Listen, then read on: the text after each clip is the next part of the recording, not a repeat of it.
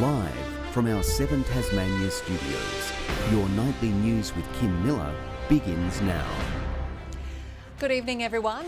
Without a Fight has lived up to its name, winning the Melbourne Cup in a canter for father-son trainers Anthony and Sam Freedman. And local punters have also given themselves a day off to enjoy the fashion and festivities that go along with the big race. Many even raising money for a good cause in the process. Form guides at the ready and glasses clinking. It's Melbourne Cup Day in Tasmania. Lady luck, lady luck. Hundreds giving work the slip to get dressed up and heading to Elwick Racecourse. Last year I was trackside at Flemington and I think this is more me today. The big race, a good excuse for an outing. It's a key social event on the Tasmanian racing and social calendar, so it's been a fantastic day and everyone's having a really good time. Some there for a bet, others with more important things on their minds. Fashion. It's not about the horses.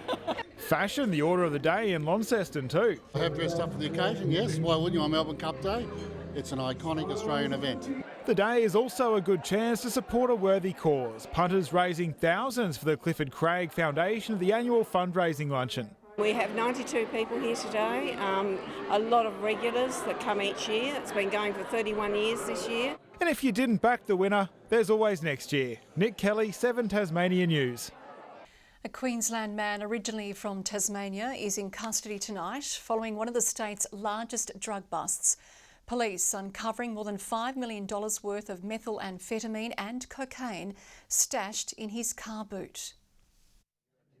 6 bricks of drugs smuggled interstate by one man. His journey from Geelong to Devonport smooth sailing until a targeted police operation turned it south. On Friday evening, officers from both AFP and Tasmania Police arrested a 26-year-old male in relation to drug trafficking. He was intercepted coming off the Spirit of Tasmania. A drug detection dog following its nose to the car boot, where it found 4 kilograms of methamphetamine and 2 of cocaine, saving the streets from nearly 45,000 deals. There's no safe dosage for methamphetamine or cocaine. This can cause violence in communities, also paranoia, delusions and anxiety and insomnia to our most vulnerable out there. Previously residing in Queensland, the accused is now bound to the state, remanded in custody by a Devonport magistrate this afternoon with a new date set down for the end of the month.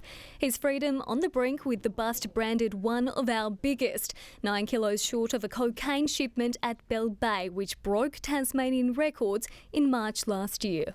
That investigation is ongoing and no one's been charged in relation to that. So certainly in terms of this one, where a member has been charged, it's one of our largest. While authorities are still working to determine where the drugs were made, they say offshore syndicates are targeting Australia due to high demand. Drugs come from all over the world and disseminated through Australia and even now Tasmania. So we will just send that message out that, we're not open for business here in Australia. Brianna Boylan, 7 Tasmania News. A replacement judge has been appointed to Tasmania's Supreme Court after a request from the Chief Justice. Brian Martin has been reappointed, having served as an acting judge from 2017 until June 30 this year.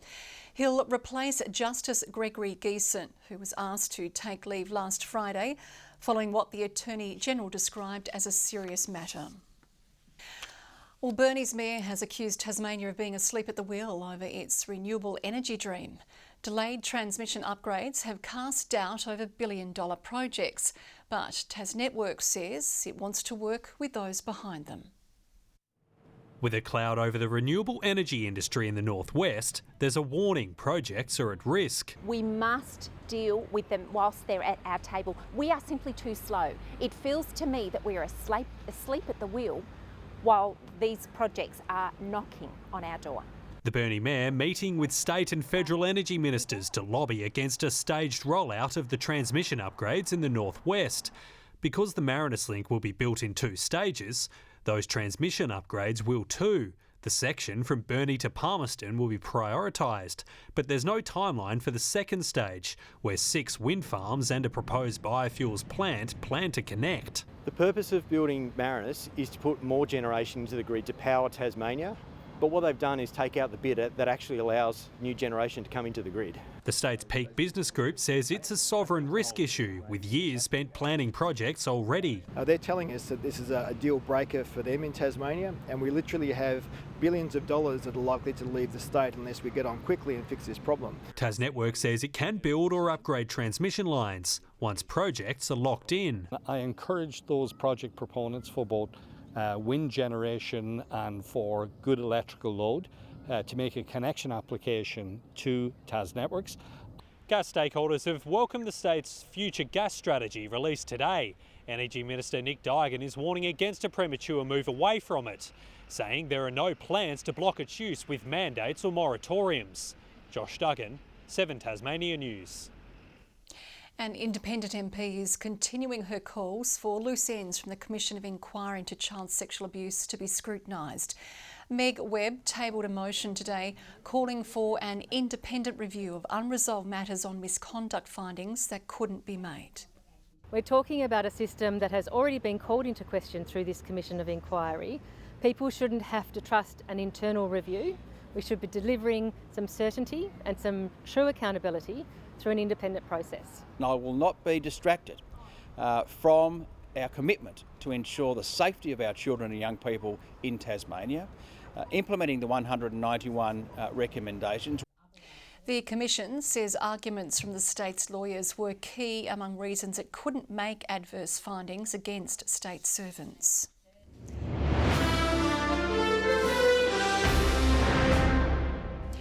The future of the West Coast salmon industry is in question, with the Federal Environment Minister warning a pause in production could be on the cards. It's a proposition being welcomed by environment groups wanting to save the Maugean skate, but others fear it could have a devastating local impact. Possible federal intervention is seen by some as a glimmer of hope to save the Maugean skate from extinction. It's an excellent first start towards saving Macquarie Harbour and the Maugean skate. Welcoming the Federal Environment Minister's indication to halt salmon operations at Macquarie Harbour if requests for review of fish farming practices in the harbour are found to be valid. Science is clear and the pause needs to happen immediately. The waters are getting warmer in Macquarie Harbour. It's going to be a very hot summer. This review underway, done and completed, and get the salmon feedlots out of Macquarie Harbour. While some hope a pause can tip the scales in its protection favour, others warn it could send a devastating ripple effect. We're incredibly concerned about the future of the skate, but we're also concerned about the future of one of the really important industries here. You simply cannot pause an industry. It's not like turning off a tap.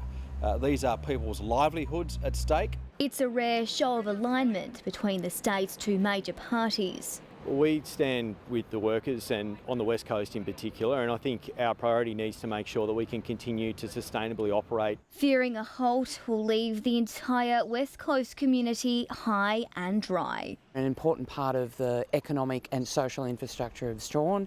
Our school would probably close if the aquaculture industry wasn't here. It affects where we fish and where we farm. It's just like any other farm on land. We take care of our environment because we want to be able to fish here and farm here for years to come. A species, an industry and jobs on thin ice. Victoria Easto, 7 Tasmania News. Well, Medina will host one of the biggest and toughest mountain biking events in the world from next year. Preparations for the track are underway as the local bike park gets ready to welcome 30 of the best riders from across the globe. Paving the way for a major mountain bike event. It's the Super Bowl of mountain biking, is probably the simplest way to put it. Almost $1.5 million of state government funding has helped give wings to the Red Bull Hardline event for next year until 2026, dubbed one of the most challenging downhill mountain bike races in the world. The jumps are enormous. So we're talking 35-metre gap jumps, huge drop-offs off cliffs and things. Like, it is very extreme. Hardline, now in its 9th year, will leave Wales for the first time ever. With works already underway for the track, but also for additional transport and parking options in town. We're talking about some 5,000 people on site for this event, potentially more as well. That's just an internal cap that Medina Bike Park have put on the facility. Well, quiet today, the town and surrounding areas are expected to pick up momentum as visitors head to Tassie for the iconic event, with traders as far as Hobart and Launceston expected to reap the rewards. With 30 of the most talented riders on show, there are hopes of inspiring the next generation of Tasmanian riders. We've got some of the best mountain bike riders in the world here in Tasmania now, and I think that speaks volumes to the trail we've got right around the state. Festivities gear up on February 25. Ruby Cairns, 7 Tasmania News. A new free exercise treatment program is hoping to encourage more Tasmanians over the age of 60 to get active in a bid to limit long-term health conditions and provide a preventative health approach through exercise, all while keeping more people out of hospital. Group-based exercise. So we know that engaging in exercise, there's barriers. Often you sort of, I don't know how to start, what to do. So this is designed to really help you get underway in that respect. These types of programs are really useful in terms of building people's strength, which makes them more confident to be more active. There are currently 17 councils across the state offering the exercise program. This year's Tasmanian Craft Fair has attracted one of the best crowd numbers in the event's 43-year history, according to organisers. Director Michael Plunkett says 15,000 people attended over the 4 days it was held, with around 35,000 trips taken between venues. An estimated $3 million has also been injected into the local economy. Well, Tasmanians are being urged to dig deep this festive season as the St Vincent de Paul Society launches its annual Christmas appeal. Vinnie's is calling on the community to lend a helping hand, with the charity seeing unprecedented demand for its services and high requests for emergency relief efforts. Fairly severe increases in rent, and that's soaking up the funds they have available to buy food and all sorts of other things. Everybody deserves to experience the real joy of Christmas, that sense of renewal and hope. Our Christmas appeal sees many parts of our community coming together. Vinnie's is hoping to raise $250,000 as it prepares for what is expected to be its busiest Christmas yet.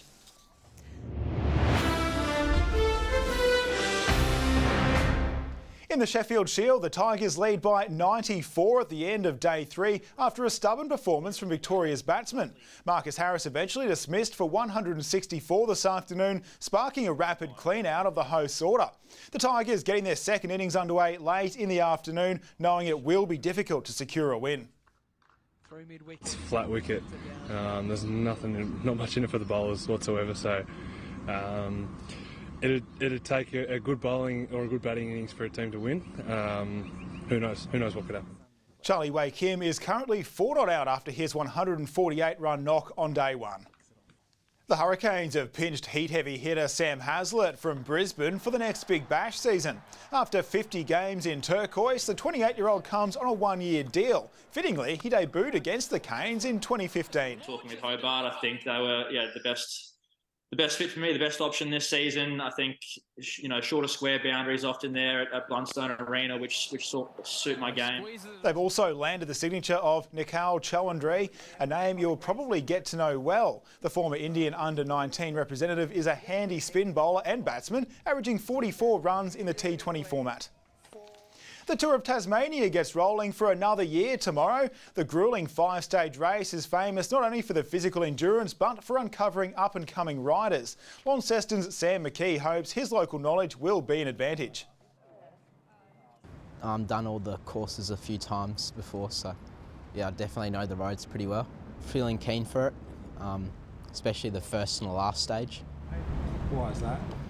A few less hills for me.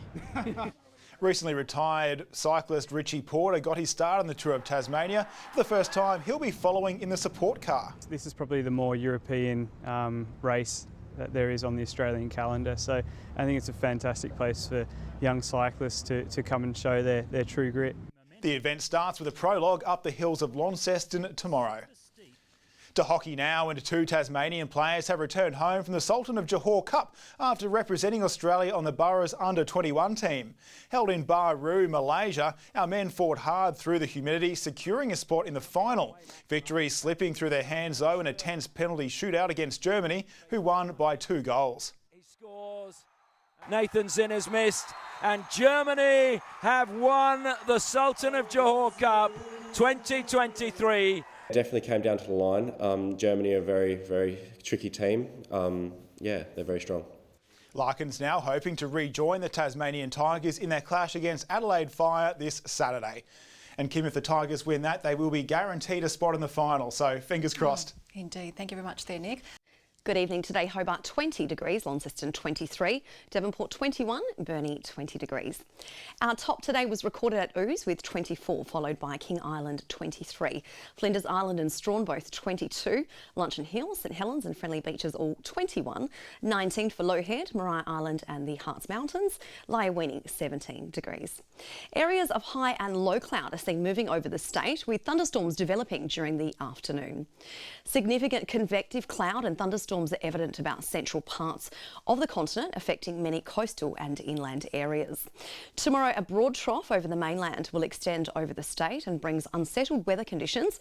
A ridge of high pressure is to the east, which remains near stationary.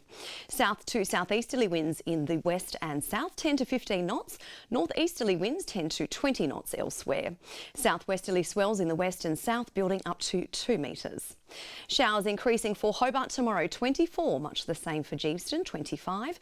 Possible storms and showers for Bothwell, 23. To the north, Launceston can expect a shower or two, 25. A shower or two also for Devonport, 21. Showers increasing in Cressy, 25's the top. Burnie, a shower or two, 19. Showers increasing in Strawn, 22. Curry, partly cloudy with 19. Showers increasing across the east coast tomorrow, St Helens 21, 23 for Swansea and 22 in Alford. Thursday, unfortunately, showers expected statewide, likely to ease in the evening with possible thunderstorms about the east. Friday, the west can expect a possible late shower, otherwise fine elsewhere. Saturday, showers persisting about the west, south and the east. To the mainland capital cities now, sunny in Perth, 29. 29 also in Melbourne with a chance of a possible storm. Mostly sunny in Sydney, 27, 25 and partly cloudy in Brisbane. Taking a look now at current conditions, Hobart mostly cloudy, 18, Launceston much the same with 21, also mostly sunny in Devonport. That's all in weather tonight, Kim. I hope you managed to back a winner in the Cup today. Nope, I did not this year. I'll have to wait for next year. Thank you, Kaya. That is all your news for now. I'll be back later with updates. Thanks for joining us. Good night.